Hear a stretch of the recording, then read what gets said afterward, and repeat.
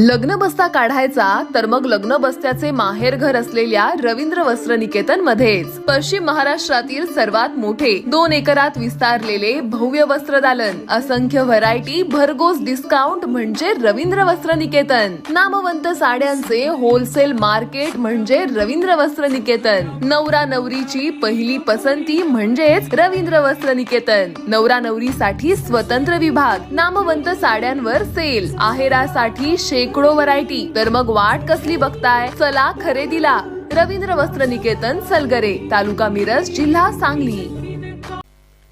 ताज्या बातम्यांसाठी महान करेला सबस्क्राइब करा आणि बेल आयकॉनला क्लिक करा। मराठा ओबीसी समाजावर अन्याय होणार नाही, मुख्यमंत्री देवेंद्र फडणवीस। मराठा ओबीसी समाजावर अन्याय होऊ देणार नाही असे मुख्यमंत्री देवेंद्र फडणवीस यांनी सांगितलं। पाहूया ते काय म्हणतात।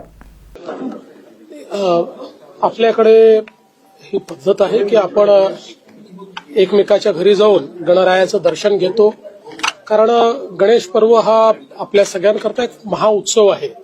आणि त्यानिमित्ताने मी जे काही मित्रपरिवार आहेत, कार्यकर्ते आहेत, पदाधिकारी आहेत, समाजातले मान्यवर आहेत, अशा अनेक लोकांकडे जाऊन त्या ठिकाणी भेटी देणं, दर्शन घेणं हे माझं चाललेलं आहे। ते कालही चालू आहे, आजही चालू आहे।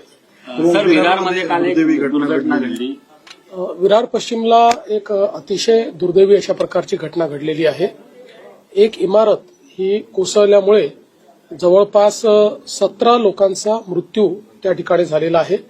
एनडीआरएफ लगेच त्या ठिकाणी पाठवण्यात आली होती आणि त्यांनी सर्व प्रकारच्या टेक्नॉलॉजीचा उपयोग करून पहिल्यांदा असर्टन केलं किती लोक गेलेले आहेत, कुठे आहेत, आणि खालचे लोक काढायला किंवा ज्या बॉडीज आहेत त्या काढायला थोडा तिथे त्रास आहे, पण ती सगळी कारवाई त्यांच्या माध्यमातून चाललेली आहे।